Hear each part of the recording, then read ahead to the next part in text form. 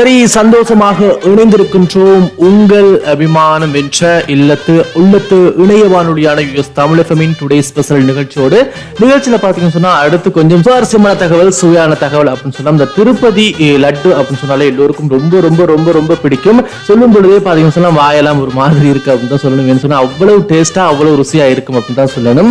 அந்த லட்டு கிடைக்கிறதுக்கு தவம் இருப்பாங்க சிலர் வந்து பாத்தீங்கன்னு சொன்னா எப்படா அந்த திருப்பதி லட்டு எங்களுக்கு கிடைக்கும், கிடைச்சா போதும் யாருக்குமே கொடுக்காம நாங்க அப்படியே தனியா சாப்பிடக்கூடிய அளவுக்கு அந்த லட்டோட டேஸ்ட் வந்து ரொம்ப செமையா இருக்கும் அப்படின்னு சொல்லணும். இது ஏன் நான் சொல்ல வரேன்னு சொல்லி பார்த்தா பாருங்க, திருப்பதிக்கே லட்டு கொடுத்திருக்காரு, என்ன மாதிரியான விஷயம் செஞ்சிருக்காரு அப்படின்னு சொல்லி. திருப்பதி ஏழுமலையான் கோயிலுக்கு 1 லட்சம் முதல் 20 லட்சம் ரூபாய் வரை நன்கொடை வழங்கிய பக்தர்களுக்கு வந்து இக்கோயில் பிரசாதமாக 6 முதல் 20 லட்டுகள் இலவசமாக வழங்கப்பட்டு வருகின்றது. இது கோயில் நிர்வாகம் உறுதி செய்து இப்படி வழங்கப்பட்டு கொண்டிருக்கின்றது. இது தொடர்பான இலவச லட்டு வழங்கப்பட்ட கணக்கு புத்தகங்களை நிர்வகித்து வரும் பிரிவில் பணியாற்றி வரும் ஒரு ஊழியர் இலவச லட்டுகளை வந்து நன்கொடையாளர்களுக்கு பிரசாதமாக அளிக்காமல் அவற்றை கடந்த 2.5 ஆண்டுகளாக அதிக விலைக்கு வெளிநபர்களுக்கு விற்று லாபம் சம்பாதித்து வந்ததாக உயரதிகாரிகளின் அதிரடி சோதனையின் போது தெரிய வந்துள்ளது. என்ன கொடுமை இதெல்லாம்!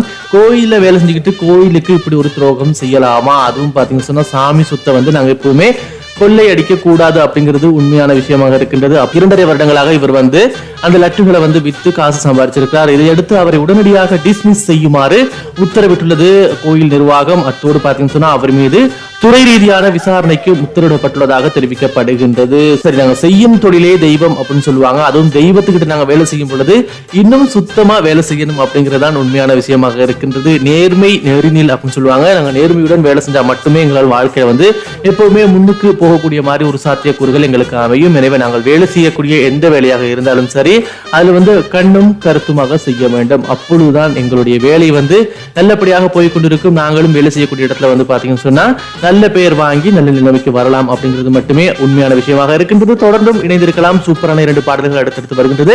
பாடலை தொடர்ந்து நாங்கள் மீண்டும் இணைந்து கொள்ளலாம். இது உங்கள் அபிமான உள்ளத்து இணையவானோட தமிழ் எஃப்எம்மின் டுடே ஸ்பெஷல். அதிகமாக கேளுங்க, அதிகமாக என்ஜாய் பண்ணுங்க.